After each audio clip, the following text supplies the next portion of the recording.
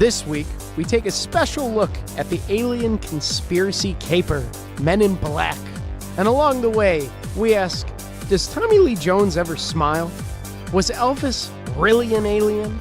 And did this movie set off any conspiracy alarms? Probably not. But this is Force Fed Sci-Fi.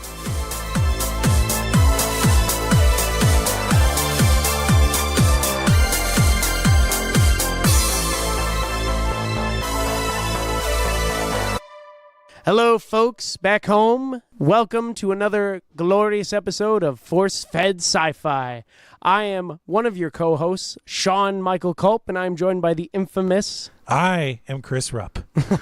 Welcome, guys. We're in a special show today. We're going to talk about the 1997, I guess, sci-fi classic, Men in Black. Yeah, I think it's safe to call this a classic at this point. It's about 22 years old, right? Well, we're also doing this because of the impending release of the new films Men in Black International, starring Chris Hemsworth and Tessa Thompson. Oh, man. As well as Liam Neeson. And we thought that this was a perfect time to take a look back and watch and review what was a really big movie in my childhood, at least. Oh, yeah, mine too. Will Smith, Tommy Lee Jones, Rip Torn. It was just great. Yeah. Well, let's, what do you say we do a quick plot synopsis of the original Men in Black, Sean? Yeah. Let's check it out. So, a mysterious government agency is tasked with covering up alien encounters and protecting the Earth from the scum of the universe.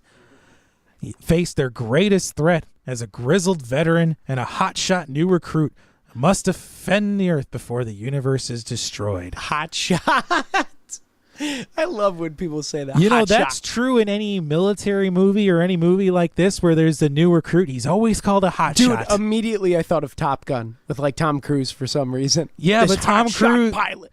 Cruise didn't have a mentor like this. He just had Mr. Strickland from Back to the Future just angrily looking at him as he's pulling off maneuvers. Dude, I totally forgot he was in that film, Mr. Strickland. Wait, are we having a very early non-sci-fi wreck of the week with Top Gun? This soon? No. All right. No, we'll come to one later. Use it, man. Top Gun. No, let's not use it. So that is a quick on-paper synopsis of Men in Black. But there's so much more to it than just that. Yes, it's a very simple premise when you look at it from the outside, but once you dive into the movie, there's a lot of world building going on here. And I think this starts with the cast and crew. Yes. We got Tommy Lee Jones, Will Smith, Rip Torn. We've got the guy that plays Monk. Tony Shalhoub. Yeah, and as Jeebs. And then who else do we got in Linda Fiorentino. Ooh. And also Vincent D'Onofrio. Yes. He just crushes it as the alien. But I think it's also important to mention who was responsible for creating this movie. Yeah, let's take him back. So at the helm, the director's helm was Barry Sonnenfeld, who before this did The Addams Family, Addams Family Values, and Get Shorty. Oh, Get Shorty's so there's these quirky comedies that he found his niche in doing. And he definitely brought his quirky style to this film, I thought. Totally. Because when I was looking him up, I'm like, really? He did The Addams Family and Get Shorty? It makes so much sense. Poor guy, though. The early 2000s wasn't really very gracious to him. No. Didn't you say off air that he had to beg the producers to direct a third film for this series? Yeah, because I don't think he directed anyone between 2 and 3, or if there was another one, it was like a bomb. Like he was like, please, I have a great script. Just give me a shot. Well, we're getting a bit too far ahead of ourselves there. Yes. The screenplay was written by Ed Solomon, who I didn't know this when I was looking this up. He also wrote the Bill and Ted films. Dude, so when I was looking that up, I love Bill and Ted, and the third one's coming out, which it sucks because George Carlin's not going to be in it, but those films, oh my God. Well, rest in power, big man. Dude, he is the man. For any of you guys that want some great comedy and like woke philosophy, check out George Carlin. And I forgot this watching it for today's episode, but this was actually based off a comic book. Yes. In what, 1990, 91? The original run, was in 90 and 91, but this was only a 6-issue run. Yeah, it was super limited. But there was a bunch of one-shots that came out in 1997, and now the property is owned by Marvel. Yeah, guess it. Marvel. Marvel, which is ostensibly now owned by Disney. Oh, man. Actually, the comics got inspired from... It was inspired from an event that took place in, 1947? Yes, but we will get to that, though. Yes. The original music composed by Danny Elfman, which, if you're unfamiliar with his work, I don't know how you are, because you could watch literally any other Tim Burton film and hear Danny Elfman music. Yeah. Are you serious? Yeah. No way. So all this the time. original, like 1989's Batman? Yeah. Nightmare Before Christmas? Wow. This Danny Elfman music. But that's crazy, because you think about those films and like how dark and creepy they are, and you think of Men in Black. And Well, it's what such made like a them super lighthearted creepy film. was Danny Elfman's music. That definitely helped along with the aesthetic of those films. Yeah, but this film isn't creepy at all. So he just took like a turn for the happy side. And this does deserve a special mention in the crew credits. Normally we don't do this, but makeup and creature design was by the Hollywood legend by the name of Rick Baker. Oh, yes. And if you've seen this film, the creatures and the makeup is just insatiable. Yeah. Like the decaying corpse or skin of Igor is just incredible. Edgar. Oh, my bad. Edgar. You watched Edgar the movie, bug. right? Yeah, I did. Edgar the bug. It's insane, man. So that's just the crew. So already we have a pretty good crew on our hands. We do. But what about the cast? We already mentioned a few of the standouts in this film, but I think it's important to mention where Will Smith was at this point in his career. So he just finished, I think he just finished Fresh Prince of Bel-Air. Yes, And his that's run just ended there. And that's where like he got his claim to fame. It was before Wild Wild West. God bless. And I think that's the film that our director that he made after this. He's like, I'm going to do Will. God bless that man. But before this movie, he did Independence Day. Yes. So Will Smith has kind of cemented himself as the science fiction hero. Yeah, but he's also like cemented himself as like the laugh out loud one-liner type guy. Because he delivers some great film, one-liners. It almost felt like that's what he was. His bit in this film was just like the one-line delivery guy. And he was great. It'd just be raining black people in New York. Dude, I watched this with my dad and my brother, and they were laughing out loud. My dad's like, I love Will Smith during this period. He was so funny. He was laughing his butt off. I haven't met your dad, but I feel like that's how he talks all the time. Yeah. But also opposite Will Smith is the legendary Tommy Lee Jones. Not fresh off, but he got an Oscar in the 90s from Fugitive, right? The Fugitive. And then they later did the U.S. Marshals, which was, you said, the better of the two. No, The Fugitive is the more superior of those two films. The Fugitive is more superior. But hey, I would say that is my movie recommendation. Yes. Dude, The Fugitive. You want classic Harrison Ford, Tommy Lee Jones. I didn't kill my wife. I don't care. It's so great. He was so... This is classic Harrison Ford in the 90s when he was the action hero star. Check it out. In addition, rounding out the cast, we have Linda Fiorentino. Yes. Who I think up until this movie was kind of a bit actress. Yeah. Hadn't really done anything major until this.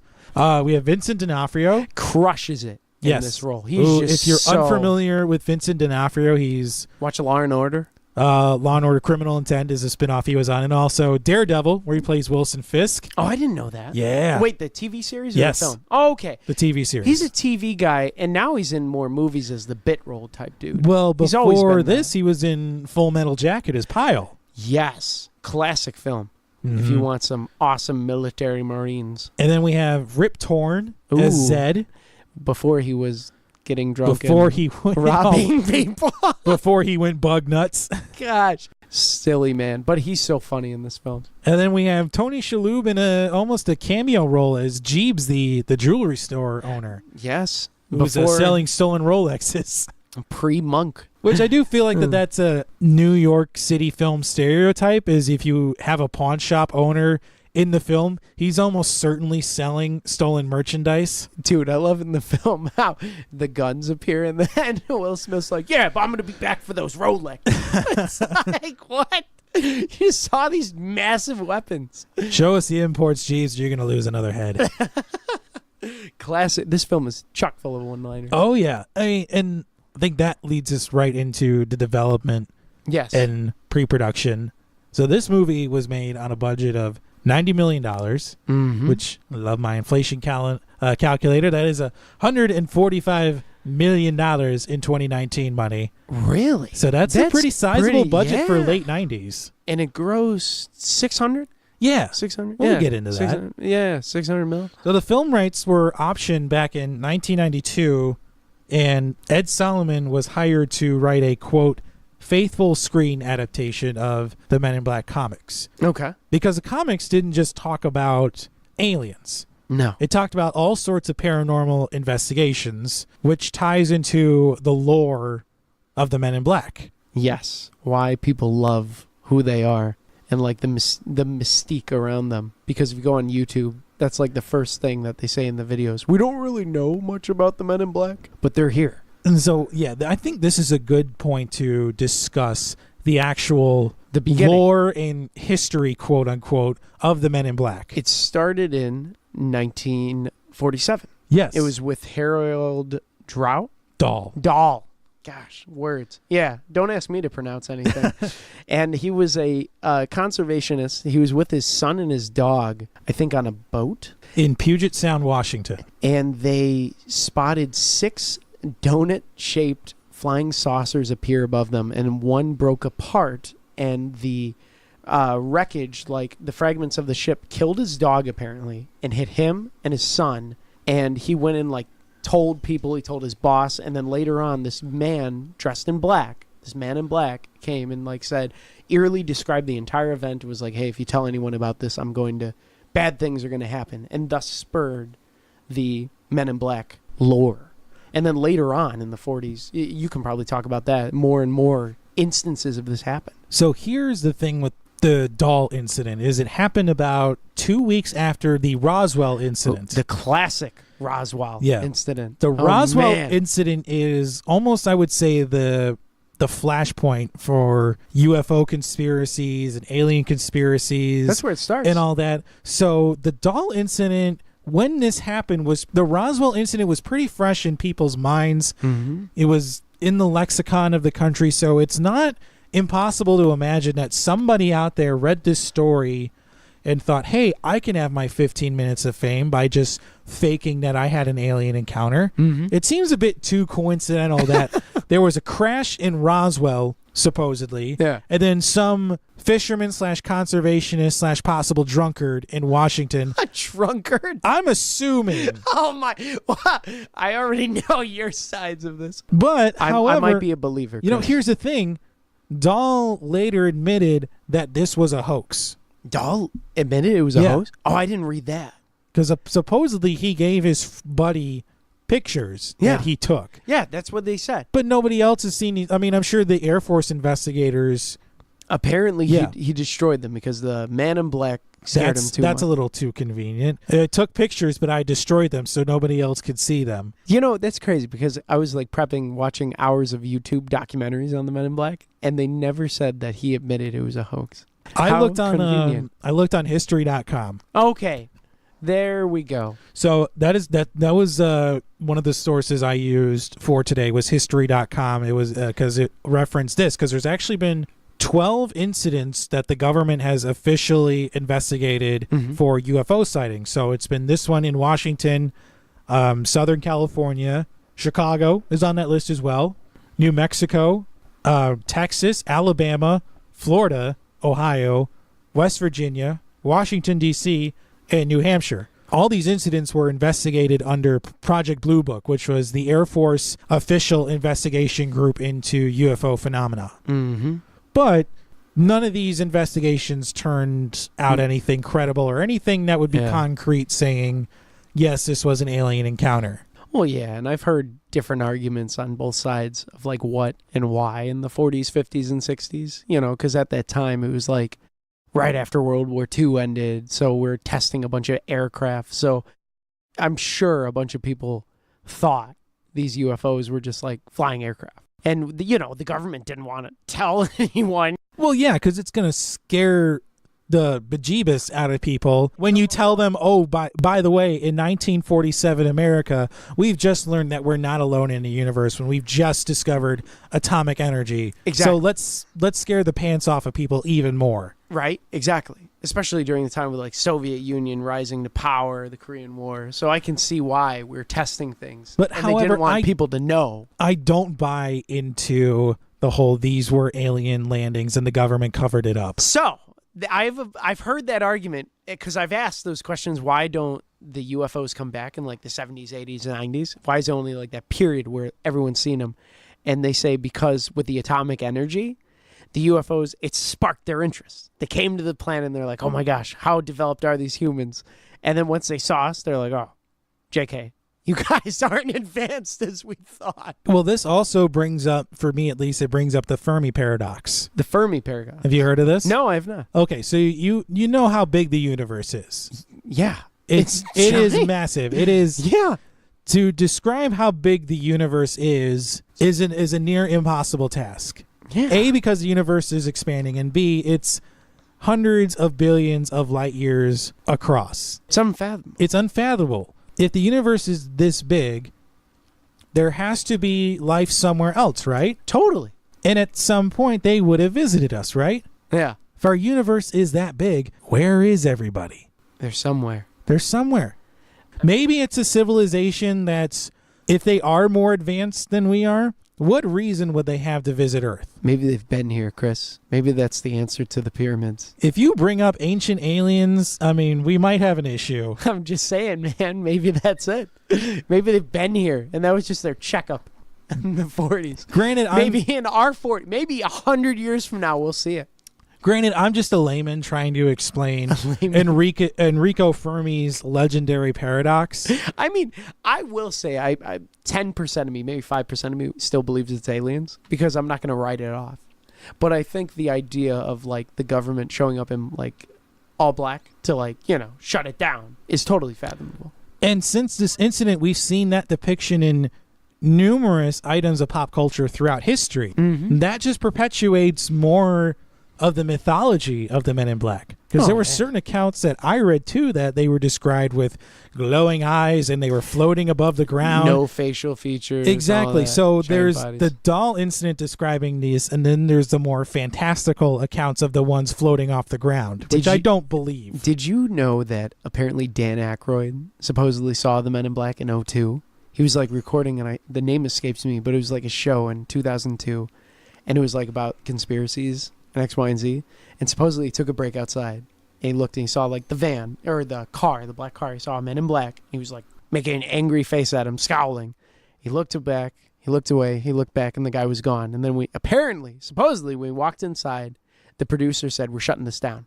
We're not allowed to make the show anymore. We're scrapping all the episodes, all the writing." Please don't ruin my perception of Dan Aykroyd. Apparently, that is a true story. Now, I did get this information off of BuzzFeed Unsolved on YouTube.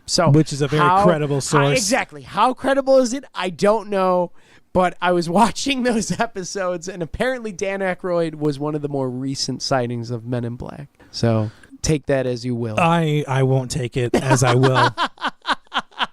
Here's the thing with every pop culture depiction we've seen of the Men in Black. Usually they just kill people. Right? Yeah. On that same segue, there were some brutal freaking deaths in this movie. There were, man.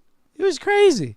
They just mauled people over. Well, you had Edgar that was being flayed and turned into a suit a la Buffalo Bill's Silence of the Lambs style. He like sucked his organs out, everything. He was just left with skin. And you had the bug exterminator who had the rod just pointed down his esophagus and killed him. Edgar crushed the waiter and folded him up as like a taco and shoved him in like a little, what was that, like a little crate?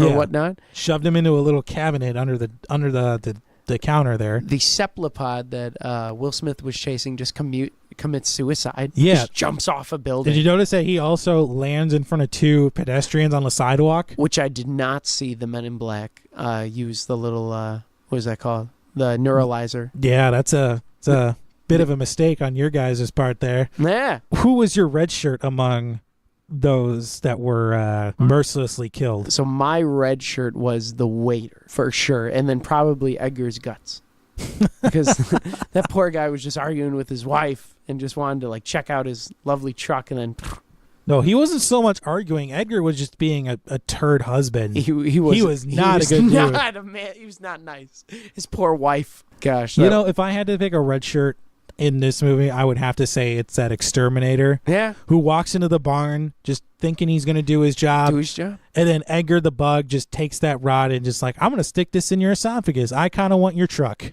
I love these freaking bugs, even though I'm so evolved.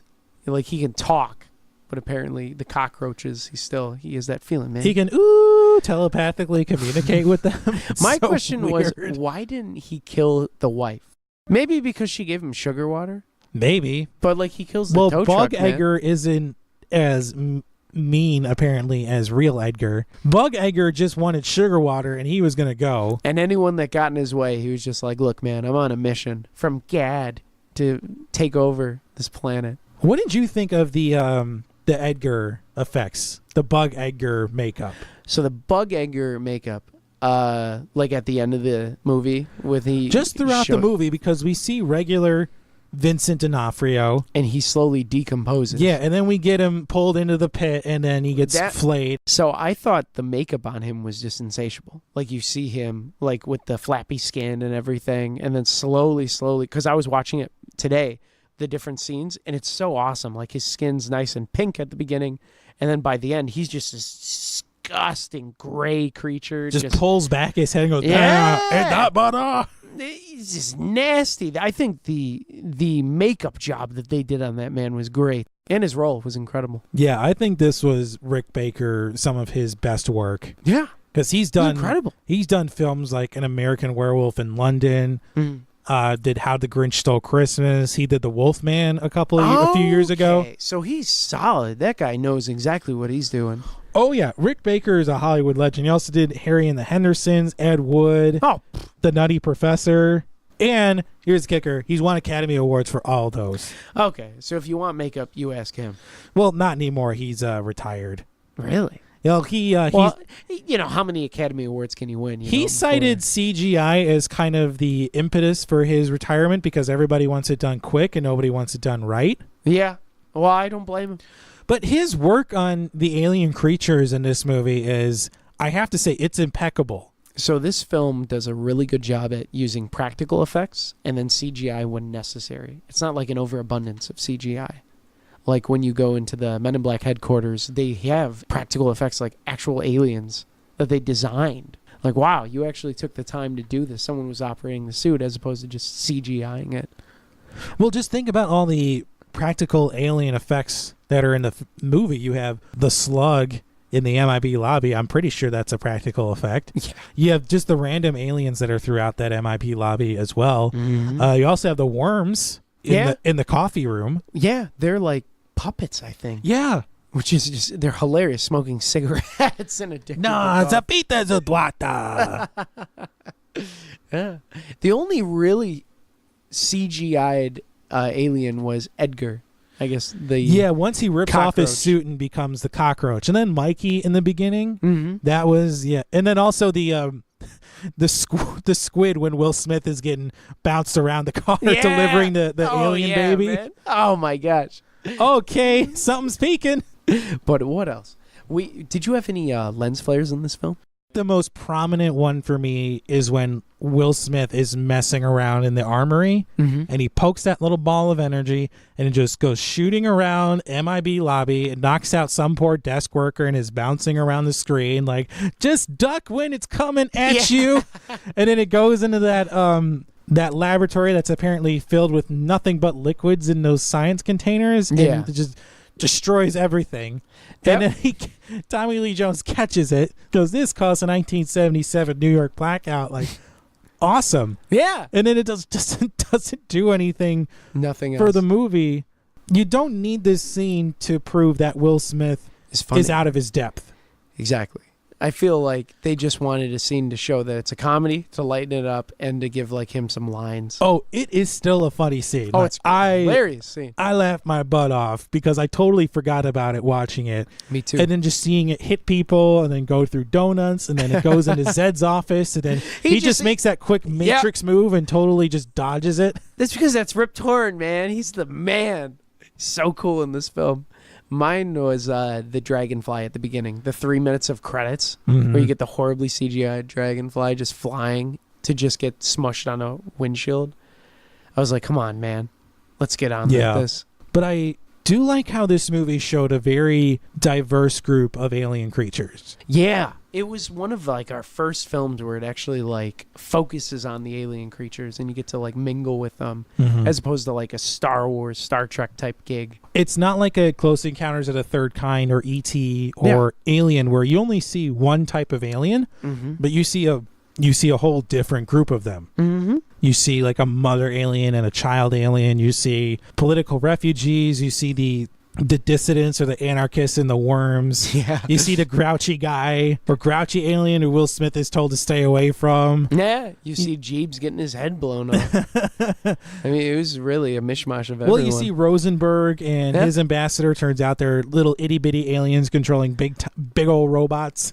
Gosh, which is crazy. But I think this movie, in addition to that and having all the alien creatures, it does a great job at world building. Yes. And this is often a concept that we haven't looked at with some of our previous films, like The Phantom Menace or Back to the Future or Inception. It just, I don't think world building was needed much in those films, but in a movie like this where you have to establish that there is some sort of history with the Men in Black, it's important to feel like that this world is well established. Because it's very much, well, it's not very much, it is a shadow world. Yeah, absolutely. And one of the first things Kay does is he like shows him the notebook with like all the pictures of back in the day in the 60s to like convince Jay, hey, we've been around. I was there. You know, we. You brought that tall man some flowers. Yeah, exactly. Like they did a great job just like tying it all in and bringing some like actual believability.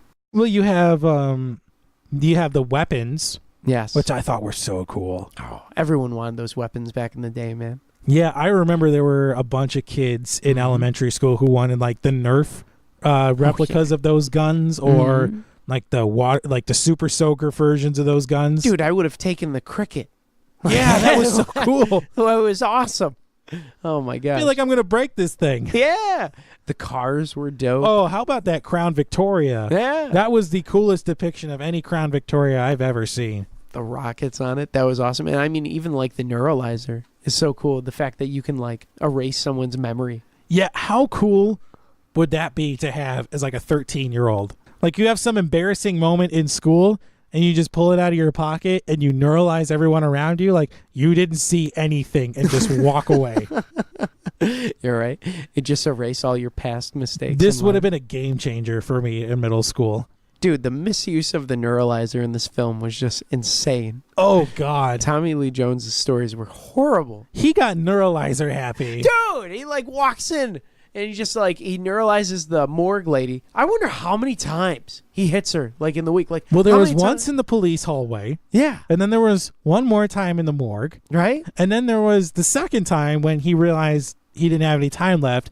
And then I'm assuming that she got neuralized again when that special group came in once they left the morgue. So she got neuralized 4 times. I'm feeling like she probably gets it weekly because of all the aliens in New York. Like he probably just goes down there and just keeps like... Man, that thing's going to give her brain cancer or something. It has to be. Like the long-term effects, 30 years from now, they just have like on-set like she's Alzheimer's. Just sitting at the kitchen table and then she realizes, oh, I can't do the crossword now. Yeah.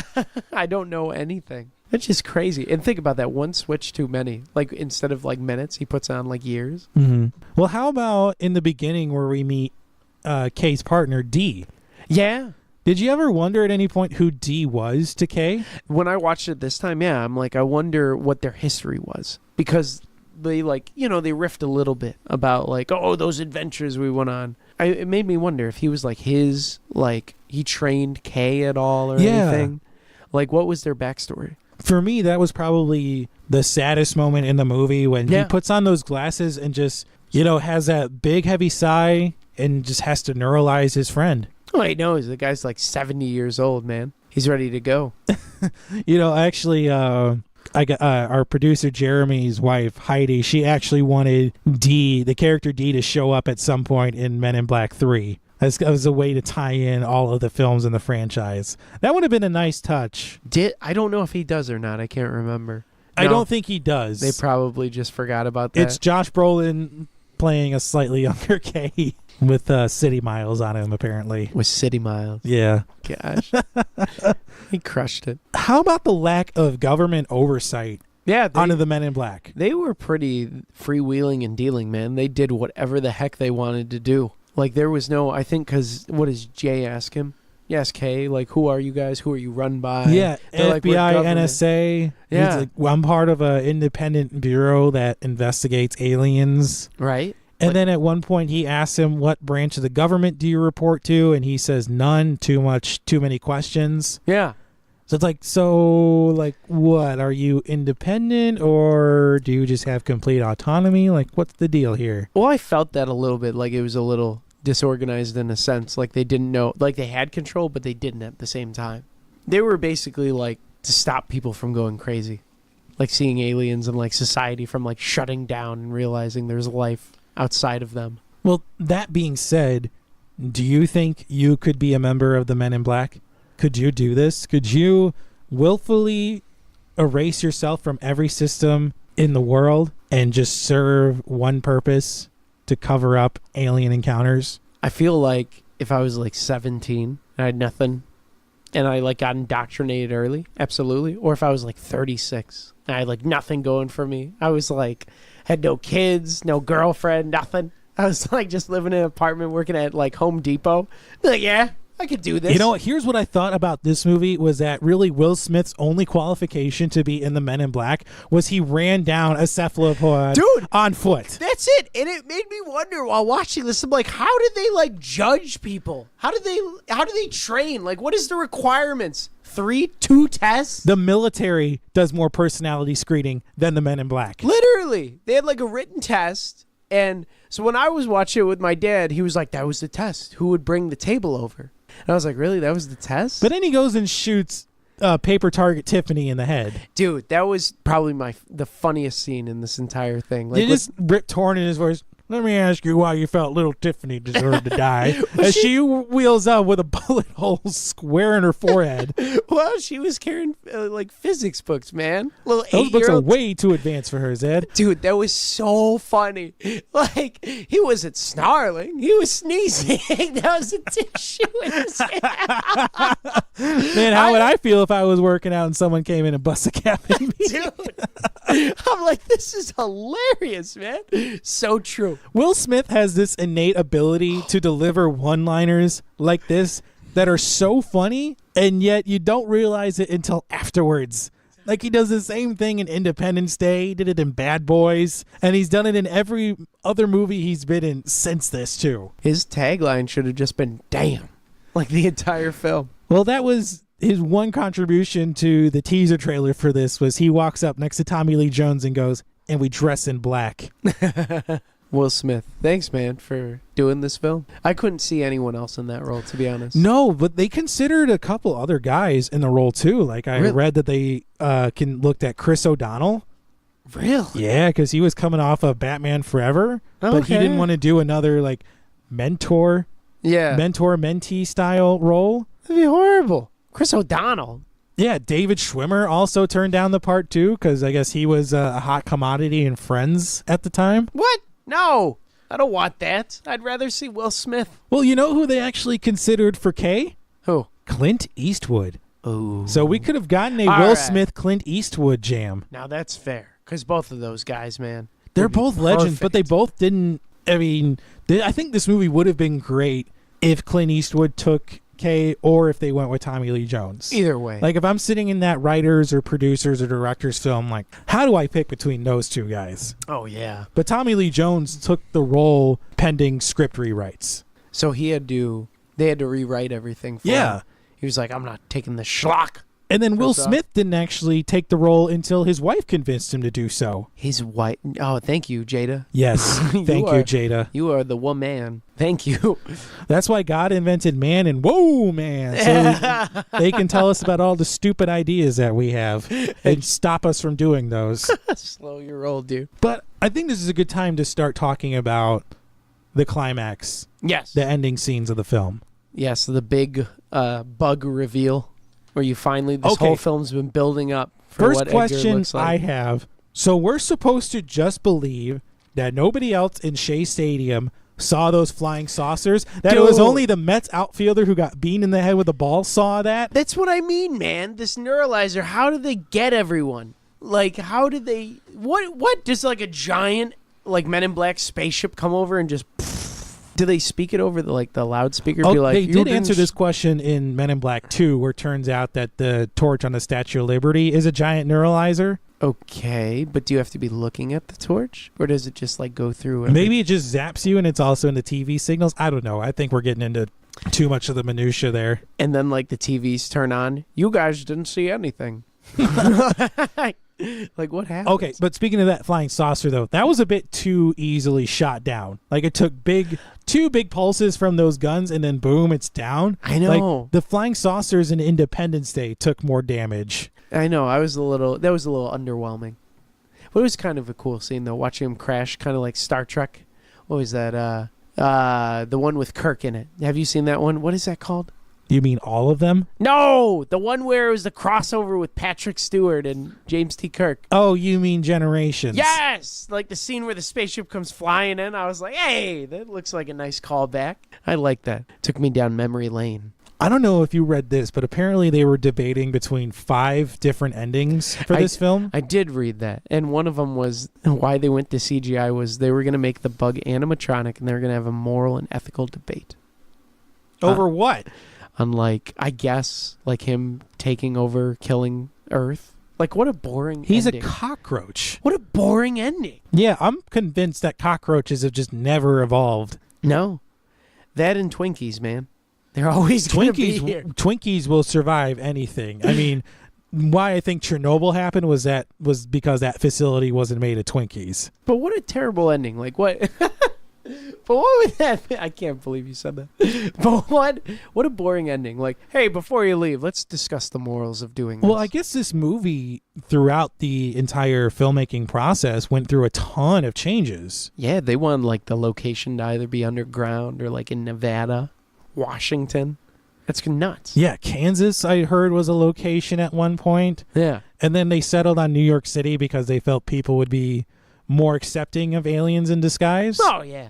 Because, have you ever been to New York? Like No. New York City? Oh, it's like people are just always moving, man. I don't get out much.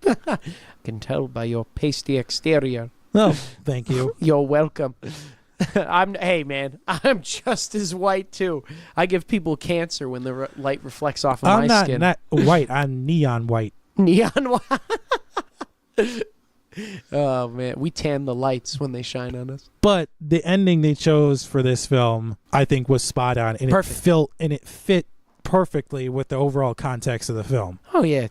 Kay getting eaten. Eat me! When I first saw that, I was convinced that Tommy Lee Jones was dead. Yeah, me too. When I saw this kid. What? No. Why would you do that, man? I was mad, though, that they took the gun so fast from him, but it just makes sense. It would be boring as like a shootout. You don't need it to be too easy. And it's more exciting that, Kay goes in and finds his gun in the alien body and saves Jay at the last possible second. Well, I think it shows for like Edgar as an alien, like he wasn't there just to like kill everyone and massacre. He just wanted the galaxy and to get the heck out of there. He said multiple times, you guys are puny meat sacks. Like he just wanted to get the galaxy. So it was kind of cool. There was like no shootout or anything. No, I don't think these films overall are meant to have those big action pieces like we get in, say, the Avengers films. Yeah. I mean, they give us a small group of characters. We care about them. We connect with them. We have fun with them.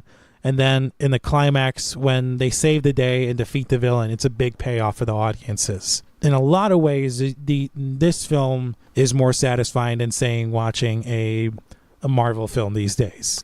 The payoff's a lot bigger. Yes. Seeing endless CGI. But this does end in a lot of movies we've seen before. I mean, the villain's defeated, but Kay was looking for a way out. He was. And yeah, which was it's kind of like a twist in this whole film while you're watching it. He's like, oh, I'm not training a partner. I'm training a replacement. What made him think after like 2 or 3 days of training that Jay was qualified to take over the role that Kay has performed? It brings so many questions. What is their training protocol? How do they find people? who signs off Well, on then this. an even bigger question, because in the next scene, we find Linda Fiorentino is Jay's new partner. Yeah. What makes her qualified to work to be a woman in black? Oh, she saved their butts, man. By picking up a gun? Yeah. I That's guess. all she did. But hey, man, if you're wrong, you just neuralize them. It's like no harm, no foul. You Or just was give it them a somewhere in shot. like the MIB manual, like you cannot neuralize people 5 times? All right. You're right. If we have to neuralize them 5 times, we just give them a job.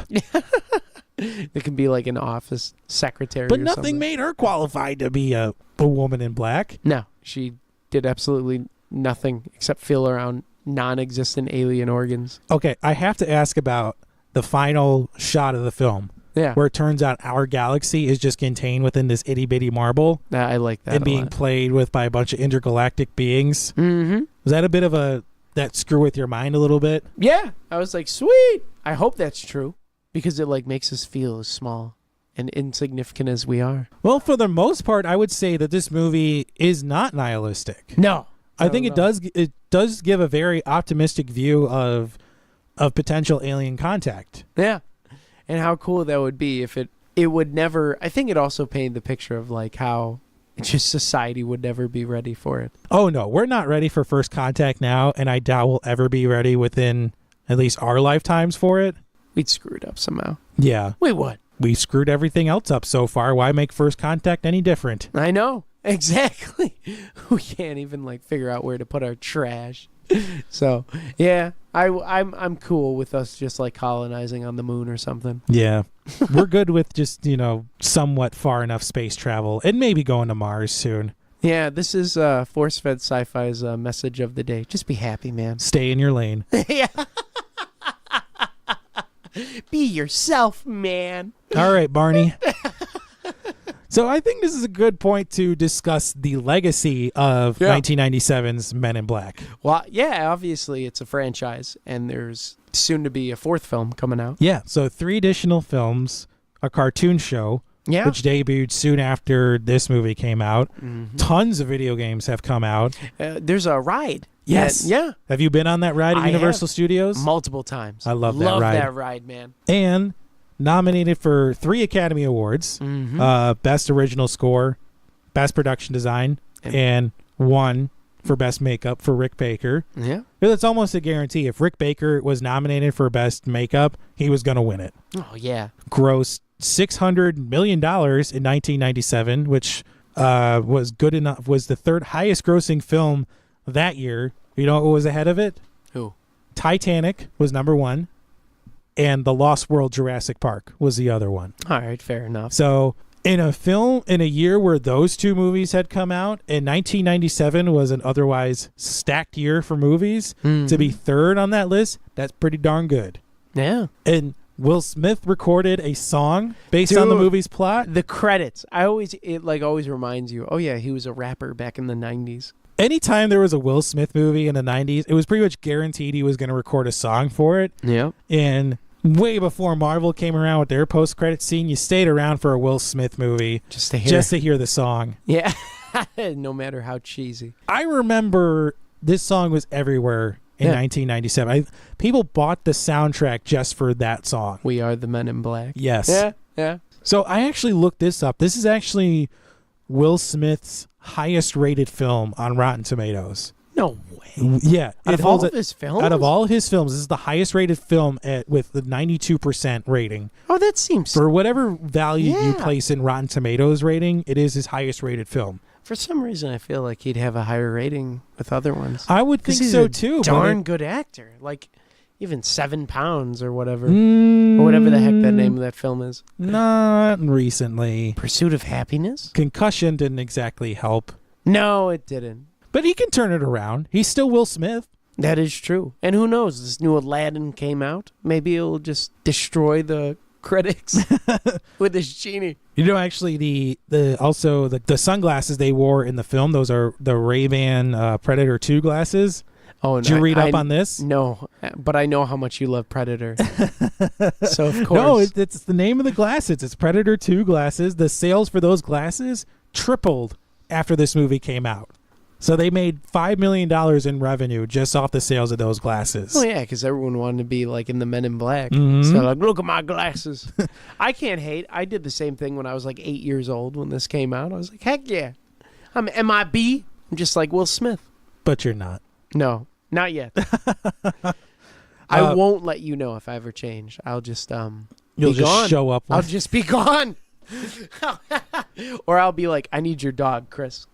You aren't taking Delilah. Delilah could be an alien. You're not taking her. I don't care if she's an alien. You're not taking my dog. So actually, I also read this up. This is one of my favorite things I read about the movie. The site badastronomy.com. Badastronomy.com. It's known for bashing sci-fi films for like their bad astronomy facts or their inaccurate portrayal of like space travel or astronomy facts. Okay. I can't. Just tell me. So this actually praised the film for being accurate when it comes to astronomy facts. Okay. Whereas a film like Armageddon got torched by this website. Astronomy facts. Uh-huh. What astronomy was in this film? Well, they're talking about Orion's belt. Oh, come on. Just for that? Galaxies are hundreds of billions of stars and planets. What do they do? Do they just like sit and review films and wait? Or are they going to mention astronomy? Like, let's consult the Oracle. Jesus. Come on. All right, so apparently that last bit, made Sean mad enough. Just come on, man. Sitting around, wait for astronomy posts? Don't you have something better to do? I'll end it on this one. How about this? Come on. Empire Magazine, in the 2012 poll of their 500 greatest movies of all time, placed it 409th. 409th? Yes. Okay. And I did not look up what beat it because we don't have 6 hours to go through what beat it. Okay. I feel like that's deserving. Yeah. That's very much deserving of that spot on that list. Yeah. So with that in mind, let's rate this film, Sean. Oh, I'm ready. So keeping in mind our rating system on the show, what rating do you give 1997's Men in Black? I'd own it. Oh, I'd own it. I do own it. So what's preventing you from it being a would host a viewing party? It would have to wow me in a sense. Like, it's tough for me to get people over and watch films together. Because I barely ever watch a movie twice. And so, like, unless it's like Hobbit, Lord of the Rings, I don't know, it's got to wow me. Like Back to the Future. And this film was almost there, but not exactly. Would you host the viewing party? Yeah, You'd get the Men in Black glasses and popcorn? I would, baby. Oh, yeah? It'd be a suit and tie type of deal? I think with a movie... What? Let me explain before you write off my review like a jerk. With a movie that is as old as this is, at the time of recording, it's about 22 years old. All right. It's important that it's able to hold up. Yeah. And I think this movie does that well with repeat viewings as well as with time and advances in special effects. And this movie accomplishes that in spades. Okay. It's got great dialogue, good action. It's approachable for any type of science fiction fan. Mm-hmm. And it expands on an almost mythic aspect of UFO and alien culture. Yes, I would absolutely host a viewing party watching Men in Black. Black tie and black suit required. You must have glasses. Or you upon can alien entrance. cosplay if you ever want to come over for Men in Black viewings. They have to create their own costume. Why not? I mean, if it's an alien. Wow. Rick Baker did it. I'm assuming other people can too. Right. Wow. I could see where you could take this costume voting party. So you could make an event out of this. Yeah. The Men in Black event. Yeah. I'm like that sometimes. Well, I think that about wraps it up. I think we've covered enough of Men in Black for today. I think so. We've dressed this down, man. Yeah. So thank you, everybody, for listening to today's special review episode of the first Men in Black film. Being, as we said at the top of the show, this is coming out in advance of MIB International. So be on the lookout next week where producer Jeremy and we will sit down and we will discuss Men in Black International as Sean will be off on adventures. On adventures. Battling the scum of the universe, maybe. In the military. Going to Iowa or maybe Nevada or California. I don't know. I can't legally tell you.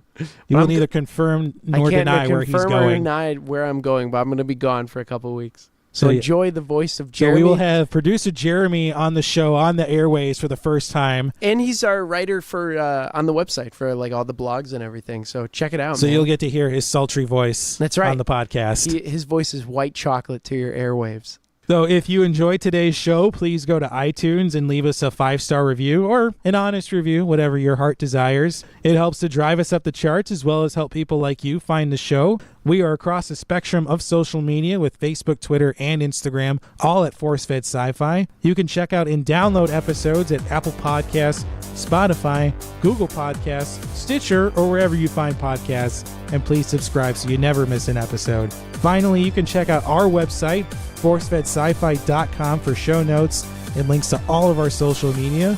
So for myself and Sean Culp, we will see you next time.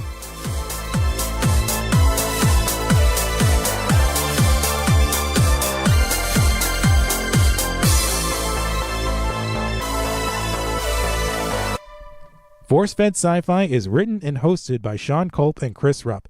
Website design, associate producer, and editing by Jeremy Keski. Artwork designed by Mike Berger. Theme music composed and performed by Custom Anthem.